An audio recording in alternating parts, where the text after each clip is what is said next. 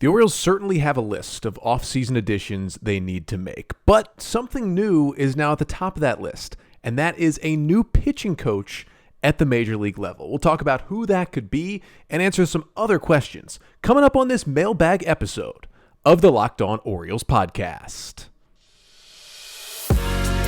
You are Locked On Orioles, the Baltimore Orioles podcast. Part of the Locked On Podcast Network, your team every day.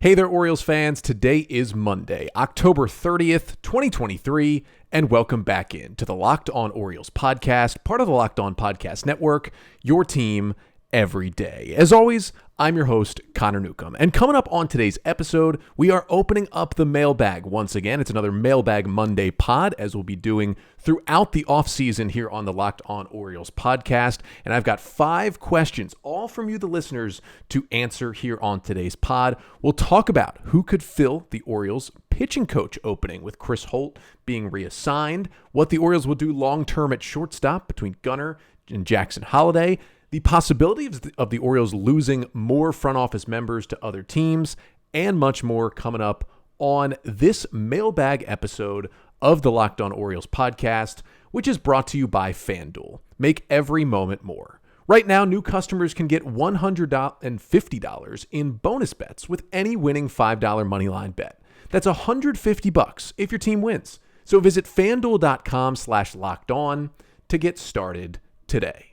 So we'll jump into the mailbag here today, and just a reminder to stick around until the end of the episode today when we will be revealing the winner of the Orioles Hawaiian shirt, doing the giveaway here on the pod last week to celebrate surpassing 5,000 subscribers on YouTube. Of course, make sure, if you haven't already, like, comment, and subscribe to the Locked On Orioles YouTube channel. There'll be further giveaways once we get to 6,000 subscribers, but we'll be announcing the winner of the Hawaiian shirt at the end of today's episode. But we'll jump into the mailbag here. 5 questions to get to, 5 really good questions, all from you, the listeners. Again, if you submitted a question for the mailbag and it wasn't answered, or if you'd like to submit further questions, going to be doing Mailbag Mondays throughout the offseason, email us, lockedOnOrioles@gmail.com.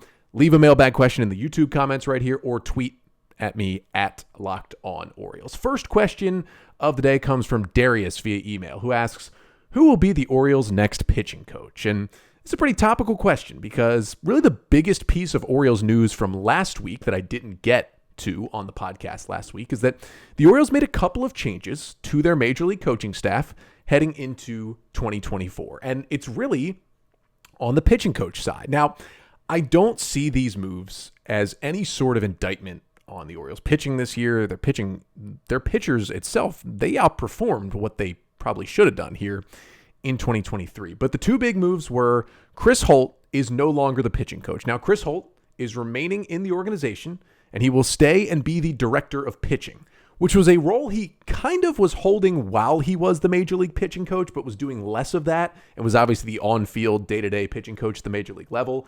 Now, when the Orioles brought Holt in 2019, this was kind of closer to his role when they first brought him in 19 and 20. He was overseeing all of minor league pitching development. That was his job. Then in 2021, they promoted him to big league pitching coach. He held that role for 3 years. And I think just what Holt did in Houston when he was with the Astros was a very similar role to the director of pitching, overseeing all the minor league pitching. Did it when he first got here. I think it made sense to put him in the big league, see how he did.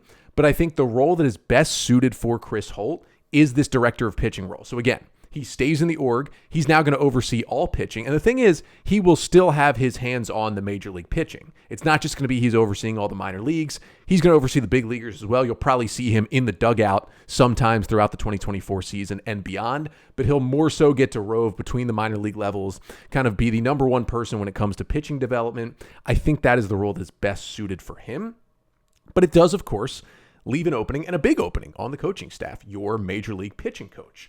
And one guy that could have been in the running for that is the Orioles' assistant pitching coach from this year, Darren Holmes, who has been with the organization since 2020 when they hired him away from the Rockies, started as the bullpen coach, went up to the assistant pitching coach. But Darren Holmes is going to be the only guy from the 2023 major league coaching staff who is not coming back. The Orioles will not retain Holmes. He's going to look for other opportunities, potentially try to look to get a number one pitching coach job elsewhere in the big leagues, but Holmes will not come back. Now, I'd heard a lot of great things about Darren Holmes and the Orioles. You just kind of never know, at least at this point, why he will not be with Baltimore in 2024. But that does leave another opening if the Orioles would like to have a similar assistant pitching coach role. Now, the question is, okay, who fills these roles for the Orioles? Well, when they had the hitting coach openings a couple of years ago, if you remember, they filled it with two co-hitting coaches, and they brought both of those guys from the minor league level. They brought Ryan Fuller up from the minors where he had been in the Orioles system for a while, and they brought in Matt Borg-Schulte, who had been the AAA hitting coach for the Minnesota Twins, and they brought the two of those guys in to be co-hitting coaches. And then this year, they brought in basically a hitting coordinator. That was Cody Ashe, former big leaguer who had been doing great things in other minor league systems as a coach. They brought him into the dugout to help out as well. So the Orioles are certainly not against bringing guys up from their own system or bringing outside kind of younger, newer guys into these positions. Now, the number one candidate for this spot would probably be Justin Ramsey. Served the last couple of years as the Norfolk Tides pitching coach, the AAA affiliate for the Orioles. And Ramsey really through and through. He's been with this organization since Elias came over, since the rebuild started, has worked his way up the minor league system as pitching coaches. He also oversees all upper-level minor league pitching. So although he's the AAA pitching coach, also does a lot of help with the AA Bowie pitchers as well. Basically, all the top pitching prospects, they work with Justin Ramsey. And a lot of these pitching prospects have a lot of great things to say about Ramsey. And he's done such good work. He seems to be in line for some sort of role on the big league staff. Now, the question would become for Justin Ramsey, would he be elevated to maybe that assistant pitching coach role? Or would the Orioles kind of take a leap and elevate him immediately to their major league pitching coach? I could see them doing either. The Orioles' current major league pitchers, a lot of them came through the minor league system. They're very familiar with Justin Ramsey, which certainly helps. But I don't know if they would take him right to big league pitching coach. Now, another guy who would be in this mix is Ryan Klimek. He was the pitching strategy coach this year for the Orioles. He's been with the organization since 2017, started in a very, very low level role, was retained by Elias, worked his way up, and he's been basically like the analytics and data guy for the pitching staff in the dugout this year in 2023. Another guy who I don't see maybe being elevated right to big league pitching coach, but another guy who I could see maybe getting the assistant job. And there is a possibility here where Justin Ramsey is the big league pitching coach and Ryan Klimek gets promoted to the assistant pitching coach in that big league dugout.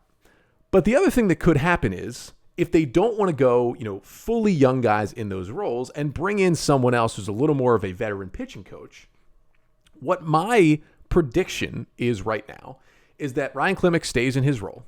Justin Ramsey is added to the big league staff as the assistant pitching coach, Darren Holmes' former role, and the Orioles go outside the org for their new pitching coach.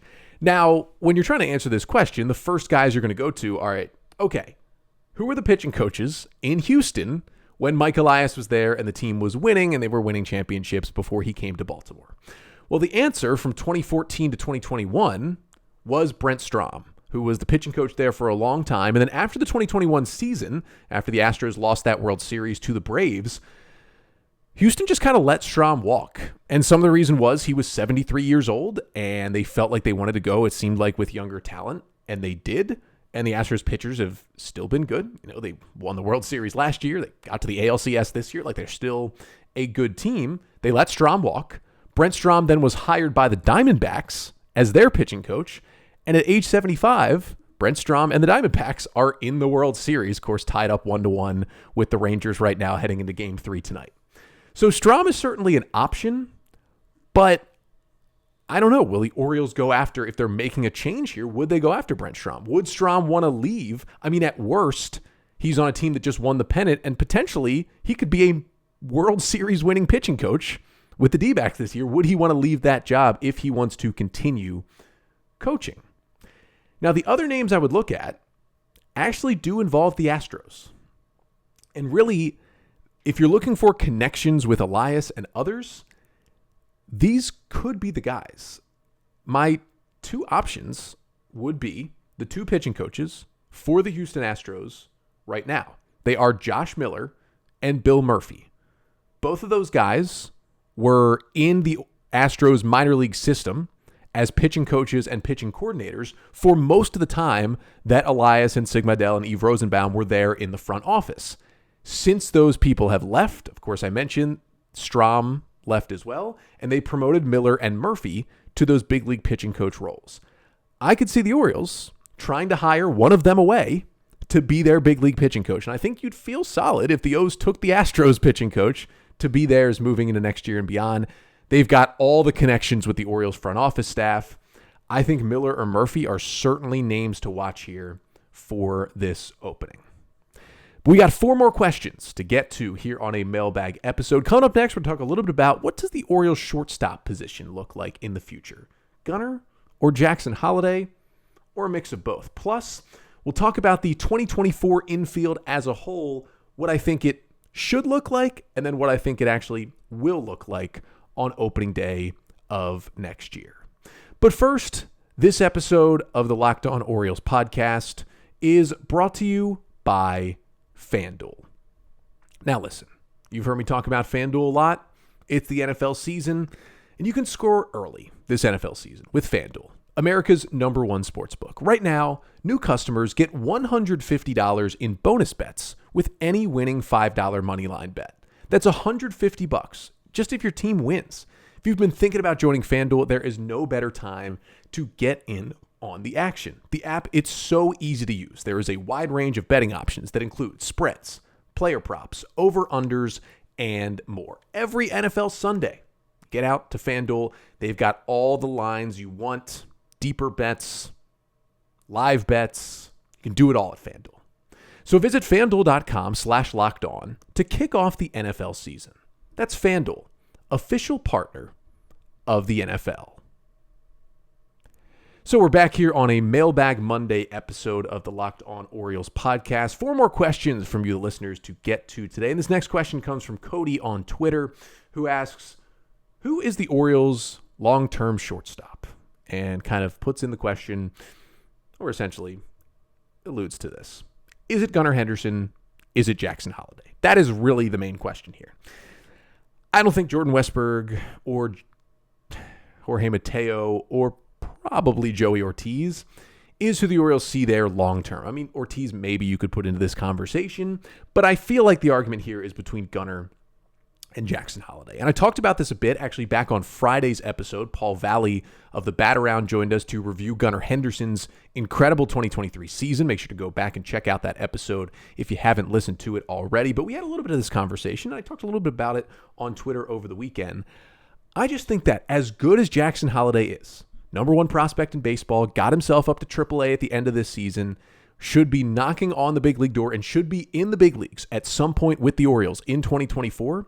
Despite all that, I don't think anyone should be moving Gunnar Henderson off shortstop right now. Now, it is nice, right, that Gunnar has the versatility, that we've seen him play third base and play a good third base. He played a lot of third this year for the Orioles as well, and he will continue to play third in the future. Even if shortstop is still his main position, he will still play some third base moving forward in his career, because that versatility, Mike Elias loves it, Brandon Hyde loves it, just to be able to move, not just your utility guys around, but to be able to move your star players around too. But I think if you're looking at the main shortstop for the Orioles, it's got to be Gunnar Henderson. We know how good he's going to be. We know he's going to win AL Rookie of the Year. We know he's going to be an MVP candidate, hopefully every single season moving forward. You add it to the fact that he had 10 defensive runs saved at shortstop this year, and that is not playing full-time at shortstop. He played a lot of third base, especially early in the year when Jorge Mateo was red hot and was at short every single day. Like, Henderson was incredible defensively at short. He had a little bit of issues early in the year with the accuracy of his throwing arm, but he got that under control midway through the season, and then he was fantastic at short when he was there through the rest of the year. Now, if Jorge Mateo is still here, if Joey Ortiz gets a shot or whatever it may be, you might still see some Gunnar Henderson at third early next season, even if Jackson Holliday is still down in AAA Norfolk to start the year. But at some point, Holliday is going to be in the big leagues next season. And even when that happens, yes, he will play some shortstop. Like, they're not just going to take him off the position. But I think long-term for the Orioles, the solution is Gunnar Henderson at shortstop and Jackson Holliday at second. Holliday is a good shortstop. Don't get me wrong. He is not as good a defensive shortstop as Gunnar Henderson. His arm isn't as good, and I just don't think he's as well-rounded at short. And Holliday, who played over 200 innings at second base in the minors this year. Now, don't get me wrong, played almost 1,000 innings at shortstop, played about 215 at second, and he played 18 innings at third base in all of minor league baseball for Jackson Holliday in 2023. But that's enough time at second base to get more and more used to that position. And I think it's because he's going to play second at the big leagues. And I'll get to this in our next question. At this point, I kind of don't think Holliday starts the year in the bigs. I think they're going to put him in AAA to start the year.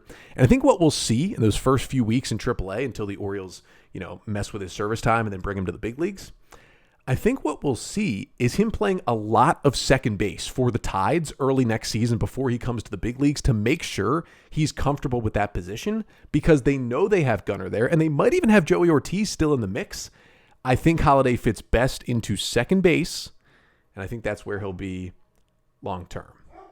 Next question comes from Milo on Twitter, who asks, what is the ideal 2024 opening day infield versus what is the most likely opening day infield in 2024 for the Orioles? So here's my ideal infield. And some of you might not even be considering an outside piece of help for the infield, but why not if you can make it better, right? Ideal opening day infield, Ryan Mountcastle at first, Jackson Holliday at second, Gunnar Henderson at short, and signing Matt Chapman to play third base. It's a move that is absolutely not going to happen, but would it make the Orioles better? Yes, it would. And then you would still have Jordan Westburg in the mix, kind of roving around at these different infield positions, and you would have a crazy strong infield if that was your group on opening day. Now, you asked for my ideal one, so I gave it to you in terms of guys who are available. That's certainly not going to be the infield. In terms of what I actually think is going to happen, my prediction for the infield is Ryan Mountcastle at first base, Jordan Westburg at second, Gunnar Henderson at short, and Ramon Urias at third. I just think the Orioles really won't add to the infield. I think they'll keep Westburg and Urias around, and I think Holliday will start the year still in AAA for, 6 weeks or whatever before they bring him up next season, and they'll say, it's because we wanted to play more second base, whatever. I think that's the more realistic infield for the Orioles next season. And yeah, could Joey Ortiz still be in that mix or others potentially, but that's kind of not how I see it going. I see Ortiz actually starting the year in AAA again as well. We got 2 more questions, though, to get to here on a mailbag episode. Coming up next, we'll talk a bit about possible extensions. If you could convince John Angelos to give out a bunch of extensions, who would you give them to? And then we'll talk about the Orioles potentially losing some more front office people as they continue to have success moving forward. So we're back here on a Mailbag Monday episode of the podcast. 2 more questions to get to finish off the pod here today. And our question number 4 of the day comes from Jonah on Twitter, who asks, okay, Connor, you can somehow convince John Angelos to extend 4 players currently on the roster. And these are the 4 lengths of contracts you are allowed to give out. 10 years, 7 years, 5 years, and 4 years. Who are you choosing for each of those contracts and why? I kind of like this. This is a pretty good hypothetical question from Jonah. Really liked answering this one. Now, here's how I answered it, right? So there's one way to answer this where you say, you just take your best 4 players who are young and you want to extend, you put them on here. I looked at it a little differently. To me, the way I'm going to answer this question is the extension would start tomorrow. So essentially the first year of the number of years on this extension would be 2024. So I'll give you my first answer. For the 10-year extension, I think everyone would say this, it's Gunnar Henderson. I want a 10-year extension for Gunnar Henderson right now. Now, that's not to say 10 years after he becomes a free agent. It's 10 years from now. So I believe Gunnar Henderson has, five more seasons before he hits free agency. So for Henderson, what that would give us is 5 more years of Henderson, and then the next 5 years after he would become a free agent, Henderson would be in an Orioles uniform. I would take that any day of the week. 7-year extension, I'm going to give to Adley Rutschman. I think this is a pretty easy 1-2 answer right here. And again, Adley, who has, I believe now, 4 more years under contract for the Orioles, they would give him an extra 3 on the end of that as well to be the O's starting catcher. But then when you get to 5 and 4, this is kind of where it gets interesting because my next thought would have been, okay, like Kyle Bradish is my next answer, and then Grayson Rodriguez is my next answer. But if we're playing the game like I chose to play it, which is 5 years from now, 4 years from now, neither Bradish nor Rodriguez will even be free agents yet and be off their rookie deals 5 and 4 years from now. So I wouldn't want to use him there. I want to use him for guys who are hitting free agency much, much sooner, I would think. So for me, the 5-year extension is going to go to Cedric Mullins. Mullins is under contract for 2 more years, 2024 and 2025. And so this would sign Cedric Mullins through the 2028 season. It would give him 3 additional years in an Orioles uniform. I think that would allow you to still have him throughout some of his peak. And although there's a lot of chatter sometimes, this is like a thing that people talk about that's not actually true. A lot of chatter that speedy guys don't age well, and that when they lose their speed, sometimes it makes them less valuable. Actually, all the research points to speedy guys aging better. Because what happens is they start from such a higher point of foot speed that even when they do start to lose it a little bit, they are still at a good level of speed when they get into their early to mid 30s. And as long as they can still swing the bat well, which I know Cedric Mullins had a down year, but I think a lot of that was because of the groin injuries this season, I think he's still going to be a productive player for the next 5 years. I don't think Cedric Mullins is a leadoff hitter, maybe long-term with the O's. But if you've got Cedric Mullins playing center field, hitting 8th or 9th every day for the next 5 years, I feel really, really good about the Orioles lineup. That's a 5-year extension I would do.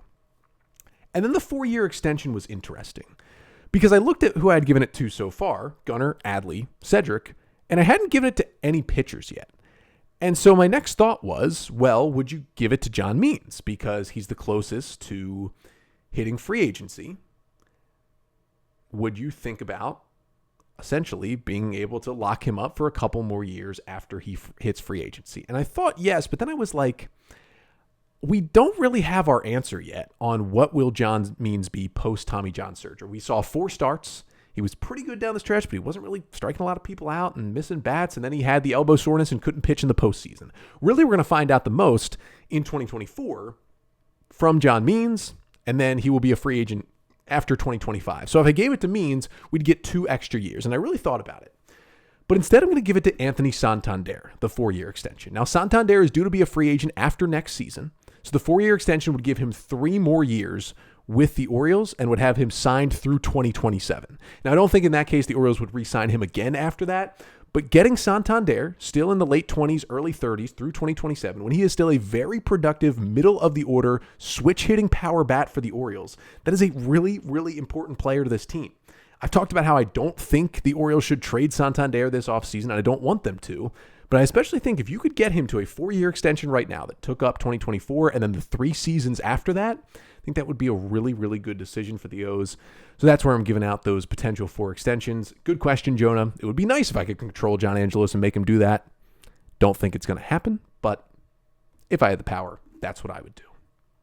Now, the final mailbag question to get to today comes from Jessica via email, who asks, could the Orioles start losing front office people to other teams now that they're having success? It's a good question, and I talked about it a little bit on the podcast last week. Brad Ciolek, who was the Orioles kind of director of draft operations, remember, he left to take kind of a higher up scouting role with the Washington Nationals front office. It was basically a promotion, probably a pay bump, and he gets more power in that Nats front office, and also probably a little bit of a closer track to being like an assistant GM or a GM with the Nats than you would have with the Orioles right now, because there's still some question marks with Mike Rizzo and others in that Nats front office, whereas the Orioles top of the front office, pretty set in stone at this point. So I 100% understand why Brad Ciolek took that role. Orioles made a lot of internal promotions last week in the front office, including Matt Blood being kind of elevated to take on most of Ciolek's former responsibilities, including overseeing the draft. So that is how the Orioles went about filling that position. But it got the question going, like, will this continue for the O's? And I talked about it briefly when I mentioned Ciolek leaving. But this is a good question because there was more news that came out on that front late last week, and it had to do with Sig Mejdal. Now, the Red Sox were looking for a new GM / president of baseball operations / whatever you want to call that position. Chaim Bloom is out. They fired him at the end of last year. And the Red Sox had a really weird search because they were looking for some candidates. They had a lot of candidates turn down their interviews, and eventually they settled on Craig Breslow, former big league reliever who was with the Red Sox for years, has been working his way up in, other front offices, and now gets his first number 1 role back with one of his former teams, the Red Sox. But we found out according to a report from Sean McAdam of MassLive.com, which is a big news site that covers all things Boston and Massachusetts, including the Red Sox and Boston sports. And McAdam wrote that the Red Sox had reached out to a lot of candidates, some who declined, some who they interviewed and didn't hire. But he also mentioned Sig Mejdal in there. And he said that the Red Sox reached out to the Orioles asking permission to interview Sig Mejdal for their opening in the president of baseball operations / GM position. And what most teams do when another team reaches out to someone who's not your GM, now this is different, right? If a team reaches out to you to talk to your number one guy, whether it be your current manager or your current GM or your current president of baseball operations, you will see teams sometimes deny them the opportunity to talk to their people because you're like, well, we don't want to lose our number one guy. But generally, if they're asking to talk to anyone who's below number one in the hierarchy, teams will generally across the board allow you to interview that person. But McAdam reported that the Orioles denied the Red Sox request to even interview Sig Mejdal for that position. And there's a lot of layers to this. Obviously, the Orioles love Sig Mejdal. Mike Elias loves working with him, loves having him in the front office. And also, there's been speculation in the past from people around Mejdal that feel like he doesn't really want that number one job in a front office. Some of it's because just like he'd rather be the behind the scenes numbers guy, isn't as comfortable being like the front facing person for an organization, talking to the media as much, explaining things as much. It just feels like he's not as comfortable with that part of the job. But even so, if he feels that way, he could, like other candidates, just decline the interview when the Red Sox reached out. Instead, the reporting is that the Orioles said, no, you can't even talk to him. And I saw a lot of people being like, yeah, great move by the O's, like, haha, Red Sox. This is not a good thing that the Orioles did. Okay, first of all, this is a pretty anti-labor decision to not let your people interview for better, higher-paying jobs elsewhere just because you want to keep them and pay them less than potentially they might be worth. But also, this can't be good for inner front office morale right here. Like if you are, say, Eve Rosenbaum, if you are Matt Blood, if you are someone else, if you're Kobe Perez, who also got a promotion last week, if you're someone who's high up in this organization, along with Sig Mejdal, who's not number one, right? You're below Mike Elias, but you still hold a pretty big role in a successful front office, and you're thinking about, hey, maybe one day I do get into that GM job with either this team or another team. It can't feel good to have or to know that if another organization reaches out to the Orioles and says, hey, can we interview Eve Rosenbaum? Hey, can we interview Matt Blood? Hey, can we interview Sig Mejdal? They will say no. That stunts your personal growth as a professional in this field. And I get that it's great that Sig Mejdal has helped out the O's and that he will stay in Baltimore in the front office as Mike Elias is number two. And I understand that maybe with Mejdal, it's a specific situation because he doesn't seem as interested in those number one jobs. But it doesn't set a good precedent. And it could lead to other Orioles front office staffers leaving on their own to go look for other jobs because they're worried if another team does come calling while they're working for the Orioles, the O's won't let them interview for that job. So I get, yes, we're keeping him in the org, keeping Sig Mejdal. But if you think about the ramifications of this, it's really not good business. It's par for the course for an organization run by John Angelos, but it's not really how you want to operate in any kind of business scenario, including a baseball front office. But that'll do it pretty much for today's episode for the mailbag. Thank you so much for all the questions. Again, send them in, lockedOnOrioles@gmail.com. Put them in the YouTube comments. Tweet them at LockedOnOrioles for future Mailbag Mondays we'll be doing throughout the offseason. Got one more thing to get to here on the podcast. We got an Orioles Hawaiian shirt to give away. Did a giveaway last week on the podcast. Had to do two things to enter. One, you had to be subscribed to the Locked On Orioles podcast on YouTube. And two, you had to tell me in the YouTube comments of the videos last week, what was your favorite Orioles home run of the 2023 season and why? And our winner is, congratulations to Ed Meschler, who commented and said his favorite home run was Heston Kjerstad's 418-foot bomb on September 15th. Said it was his favorite because it broke up Zach Eflin's no-hitter. It was against the Rays in that big series. And it was his first big league hit and showed the Orioles best of all and showed us best of all, he said, that great things are coming from Heston Kjerstad. So thank you, Ed Meschler, for the subscribe. Thank you for the comment. You have won the Orioles Hawaiian shirt. Make sure to email me at lockedOnOrioles@gmail.com. Again, that is lockedOnOrioles@gmail.com to claim your prize. But that'll do it for today's episode. We'll be back tomorrow. talking more about some 2023 seasons, continuing that player review series here on the podcast. We're going to talk a little bit about Austin Hayes and Colton Cowser as Zach Goodman from Press Box's Bat Around joins us on the pod tomorrow. But until then, I'm Connor Newcomb, and this has been the Locked On Orioles podcast, part of the Locked On Podcast Network. Your team every day.